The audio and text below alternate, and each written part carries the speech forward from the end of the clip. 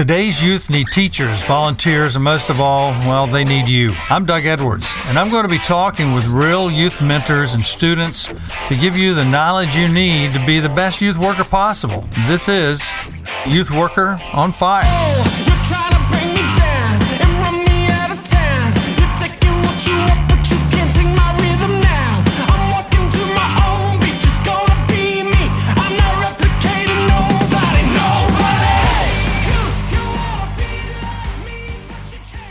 Hey, Youth Worker on Fire, this is Doug Edwards, and I have a guy that I have known for many, many years that is on today's episode. His name is Bradley Blake, and I knew Bradley before he was even in middle school and had the privilege of having him in middle school club and high school and got to go up to Florida State University where he was several times. I'm going to give you a little bit of his bio, then I'm going to tell you a little bit about Tallahassee. Born and grew up in Eustis, Florida, played soccer growing up throughout his high school years, moved to Tallahassee to attend Florida State, and once he graduated, he got married, and he started working in Tallahassee and began coaching youth soccer. He coached soccer for several years before he and his wife had kids, and he continued to coach youth soccer while their 6 kids participated in sports.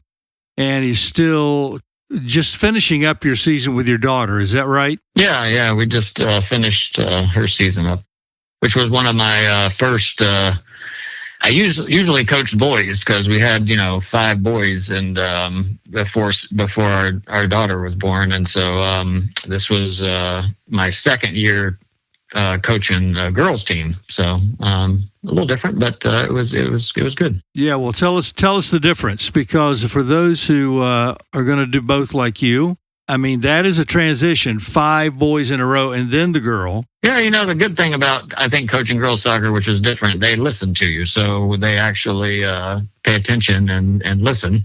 A lot of times when I was coaching the older boys teams, they kind of a lot of times think that they've got their answers already and they don't necessarily have to do what you request as a coach. But so that was a little different, which was a good experience. And but how boys are sometimes a little more, if they get into an argument or something, it's pretty much done after they get into an argument. They're friends again. And sometimes that carries forward a little bit longer on the girls' team. It doesn't end as quickly. So that was another little difference. There's a difference between girls and boys and men and women. They're just there's differences, and that is a great one to bring up, because as a coach, you don't want one of them holding a grudge against you personally. That would take a while. How did this devotional happen? Found out from his parents, because I don't see his parents all that often. He's done I think for 2 years you've written a devotional. That's my understanding. Has it been more than 2? Yeah, it was actually back in 2018 I started it. And so it's been, but I did take a little hiatus in between. So there was a part maybe around 2022-ish that I took off for about a year. And then I started it back up again. First of all, how can they get to your devotional? So the website is just soccerdevotion.com. That'll take you to the website. So just a website. And what I try to do is post a devotional every Sunday morning. The message comes from, especially if I'm in season, in a coaching season, what actually may have transpired that weekend at a tournament and things like that, and then trying to tie it into a Bible verse. And then one of my kids actually plays in college, and he is on the site doing some additional training tips and things like that, just for if anybody has any ideas about certain moves they can work on in soccer. There's some training tips on there that he has some videos that I've uploaded, so it gives you kind of both worlds. How did the devotional begin anyway? Yeah, so I noticed for coaching soccer for many years that we would go to a lot of tournaments on the weekends, and a lot of those tournaments involve Sundays. So there'd be times that you're out on a Sunday morning, and there have been times with some of my teams that we've actually, had a morning devotion on Sunday. For those that wanted to participate, we could, come out before the game or whatever and have a devotion with those kids and parents that wanted to participate.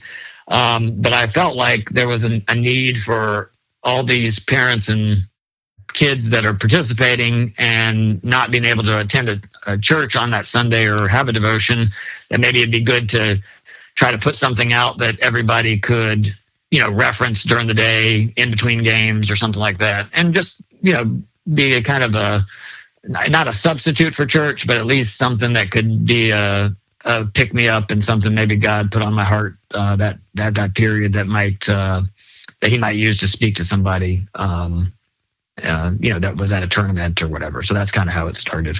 It gives you an opportunity to get some of that. And then you can subscribe. There's no, obviously I don't charge anything and I don't have advertisers. It's just it's one of those things that you go on and if you want to subscribe, then you just get an email link once a week when that devotion comes out without having to go to the site. But you can always just go to the site, and all the devotions are still up there, so you can go in the history and read backwards if people wanted to. So Bradley was one of the smartest students I knew, and he attracted smart students. Some of his buddies were some of the smartest guys in their schools, and a lot of them went to Florida State. A lot of you guys went to Florida State together, and I remember coming up there first or second time. We were walking across the field. Some guys were playing soccer. I think you guys had kind of thought, maybe we'll play a little bit, and I don't think you did, but I don't know what happened. But as we were walking across, one of the spiritual leaders on campus, I think an adult who may have been there with Campus Crusade or somebody, I don't know who he was, but he stopped us and started talking, and y'all introduced me as your youth pastor, and he said, these guys, meaning you and your buddies, and most of your buddies came to know Jesus because of you. One thing about Bradley, that you would bring students, you're very faithful to bring your friends to middle school and high school and whatever we did in college. You guys were right there together, and many of them came to know Jesus personally.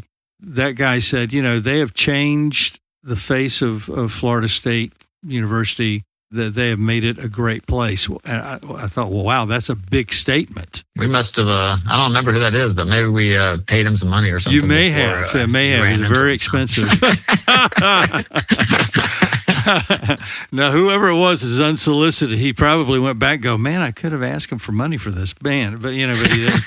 And so, but anyway, yeah, that's just who you are. And it seems like that your kids have followed suit with you and your wife. Tell everyone where you work and what you do there. Well, I worked for a credit union for a long time, and then I took a break around the 2018 to 2020, and kind of did my background is in IT. And so I did some IT consulting work, and then, but I kind of missed the camaraderie of the going into the office. And, when you work by yourself, you don't talk to as many people and things like that. And that's something I liked, is to engage with others. And so there was a job opening for another credit union that's it's in Tallahassee, and then they also have some branches outside, and went to work there a few years ago, and it's been a good opportunity at this point. So kind of back in the credit union space.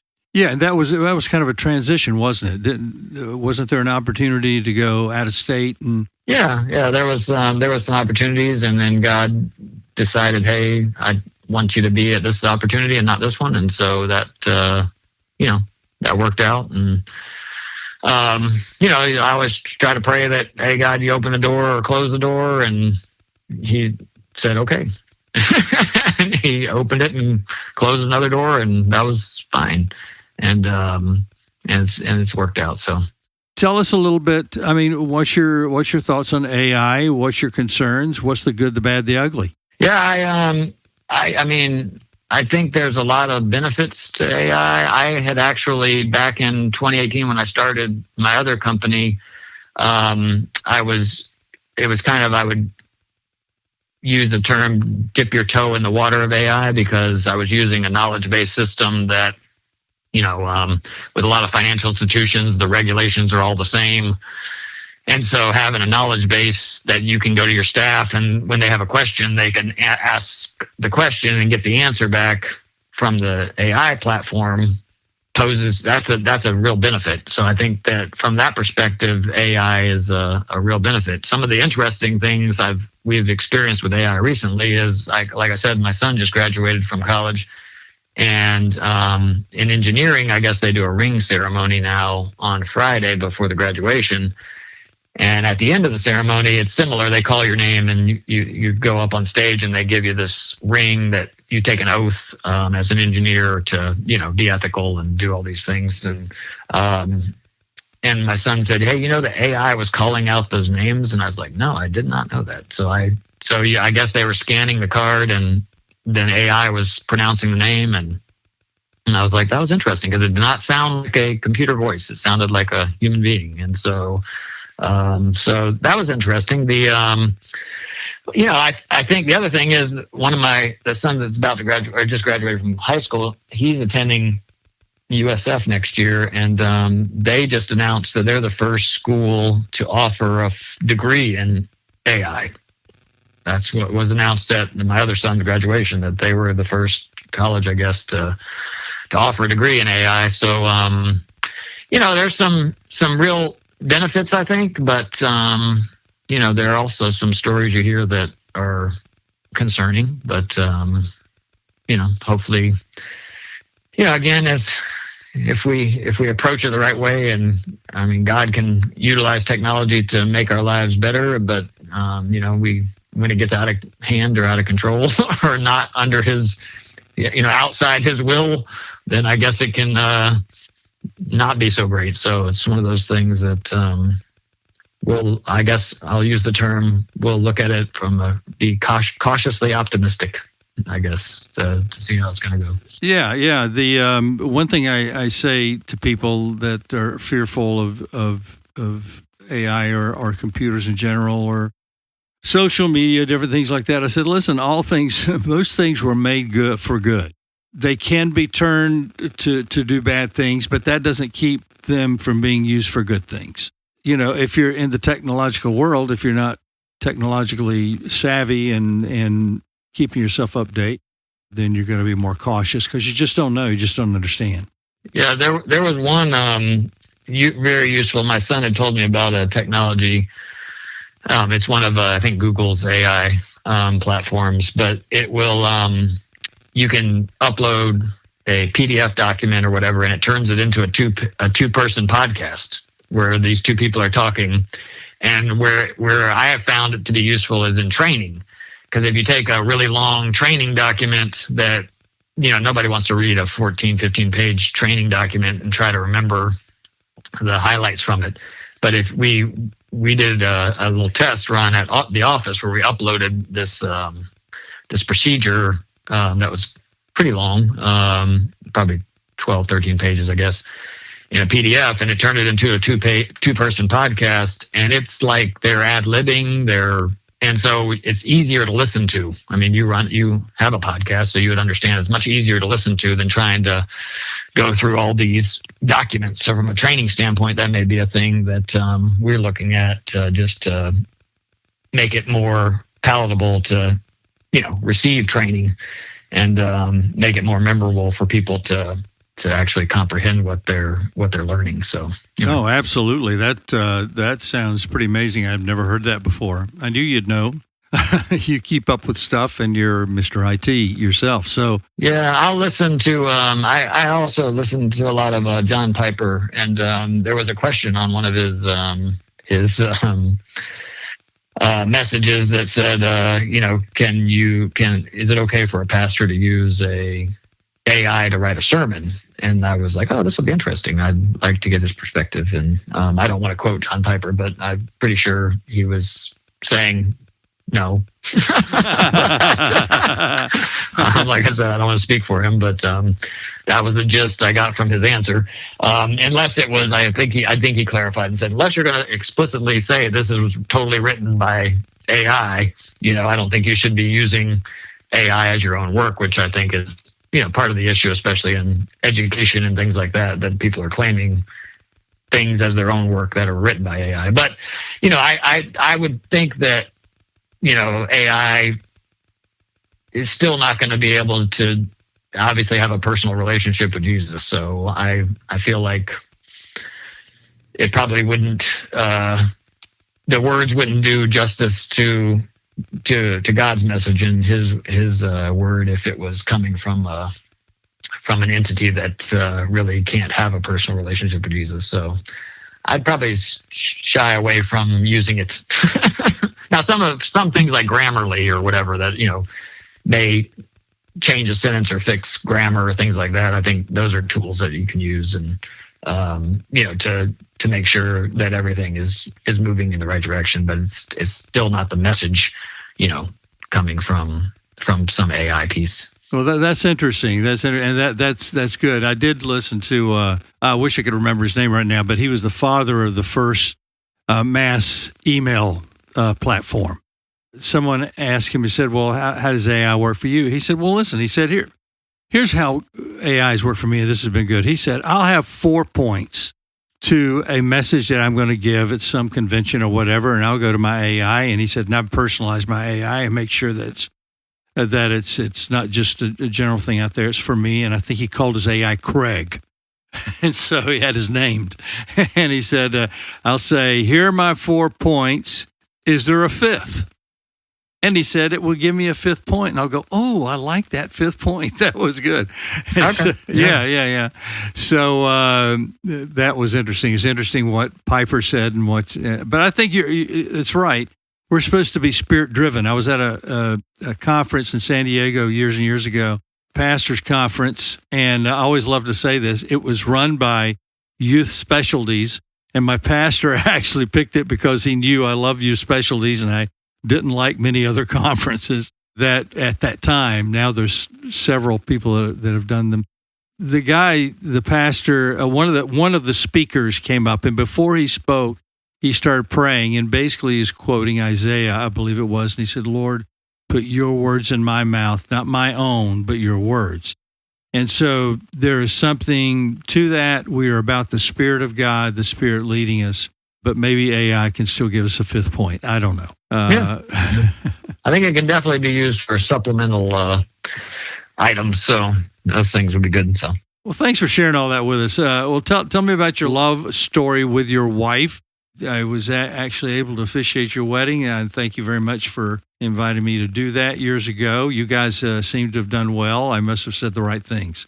Must have everything to do with that.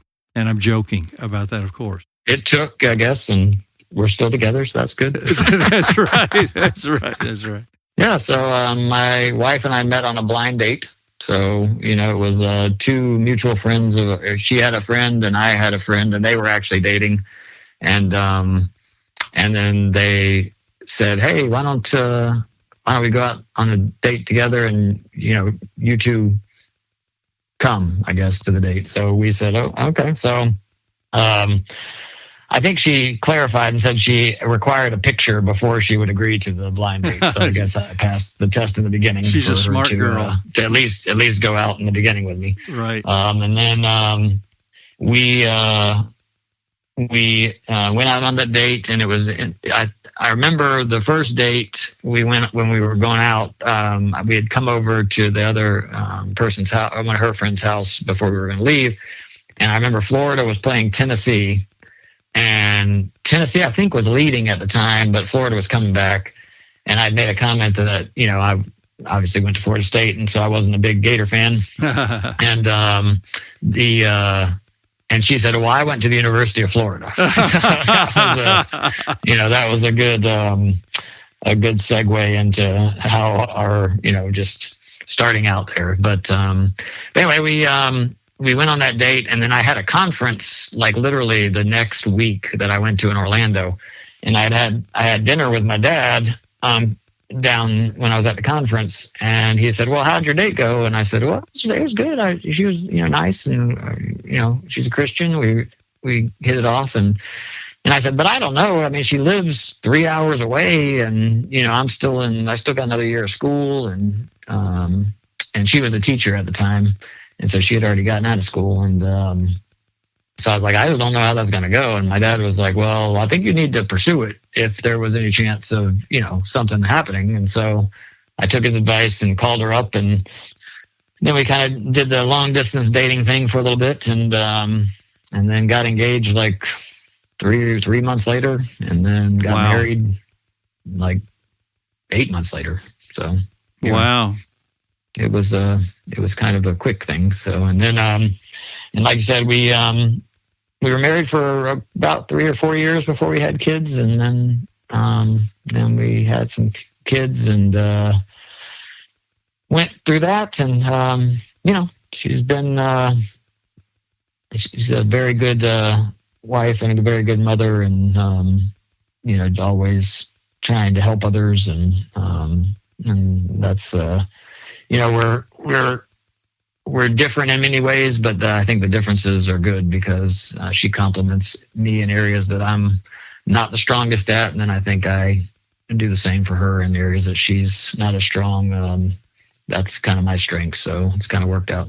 No, that's really good, and it's a great thing for you to say because God puts us together. We talk about 50-50, but then we learn in Christian counseling it's 100% each that you have to give toward the other individual. And when you come with 100% of yourself, your strengths come out and the other person's strengths come out. It just makes a big difference. Anything that you and your family did that was just pretty amazing and fun? Well, I think it would depend on who you asked whether it was fun or not. But I'm asking you, so it's going to be your. They don't get a say in this one. Fun, yeah. That's right. Yeah, we were just talking about this with some friends of ours that we used to go on a cross country 3-week vacation in a camper, every summer, and so we've been to basically every state, I think, except one. With the kids, and we would all cram in the van and hook the camper up and head on down the road, and it was an adventure, and it was a lot of driving, and it was a lot of kids, most of the time getting along, but sometimes not, and things like that. But I enjoyed those times because I think they were times that the kids could see a lot of stuff in the country, and some of them will admit now as they get older. I think at the time they were like, I don't want to do these trips anymore. But then they're so long, right? Yeah. Now they've come back and said, we actually really appreciate you taking us and seeing all those things. I've talked to a lot of my friends, and they've never gotten to see, all these things we've gotten to see, and so that was a good experience, and one that I really enjoyed, and that was more family oriented, because it was the entire family, and it's just one of those things that time goes by quickly. As when you get older, you start to recognize that more and more, and so just having that time with the family's was really good as we grew up together as a family. So, well, was there one place that you went that when you saw it with the family, you were just like, wow, this is just beyond amazing? Any place like that? Yeah, we went to, we had been to Yellowstone and Glacier and all those places, but we went to Acadia, Maine, and it was, I remember we got there and we had gone down to see this. I guess we had to get up early because on the East Coast, so we saw sunrise in Acadia, Maine, over the water, and it was just really pretty. It shows God's glory and His just how majestic He is, and the things He gives us as people, the beauty and all those things. And it was just a really pretty sight. I mean, I've seen a lot of sunrises and sunsets, and so and Florida has some great ones, and it was just a little different there, and so I think that was one of the more memorable times that we got to see that. So see, that is pretty amazing to me because that Maine was not the word, the state I thought you were going to come up with, but that was pretty spectacular. And you've been all the way out west. You've done Yellowstone, you've done Glacier, you've done all those things. And so for you to say that must have been very amazing and very significant. So that's really huge. We did visit the Badlands one time, and we had never been there before in South Dakota, and there was one warning sign. I think they may have changed it, but the only warning sign I remember at the time said, "Bring water." It just said, "Bring water." That was it. At one point, we looked out, and our kids are what appeared to be just standing on this level surface that, and then we came around the corner, and it was like a 400-foot drop-off. I mean, you couldn't tell that it wasn't, it looked like everybody was just on flat ground and everything was great. And then you were like, oh, goodness, yes, that's a big drop there. So I think that was a little bit, that Badlands was also really cool. That was a really good experience. Well, they left that thing about water because I was in the Badlands when I was 15 years old with a music group, and they dropped us off, the boys and the trailer, because they had 2 flat tires. So they took the girls all the way into the next town. We stayed out on the highway for about 4 or 5 hours waiting for them to get. And so we probably put the sign up that said, "Always bring water." Yeah, they probably had that sign because of you. It was exactly what it was. So someday there's some kid that I know that's going to raise a family, and they're going to be out here. Anything else you want to tell parents, grandparents, youth workers? I appreciate you having me on and the opportunity to talk. And, it's not, life is not, people know this at this point, I guess, but life's not always easy, and there's going to be a lot of bumps in the road. But, I think God works all things for good according to His will, and for those that love Him. And so, I think that as you get older, you get that perspective that, hey, all these things are just all the things that happen to you in life are just steering you back to Him. And if you keep that perspective and that focus, I think you'll be happier and understand that God loves us and wants what's good for us. So, all right, brother, love you, appreciate you, and have a great Saturday. Okay? Yeah, I appreciate it. Thank you. You've been listening to the Youth Worker on Fire podcast. If you like what you hear, please subscribe and tell your friends.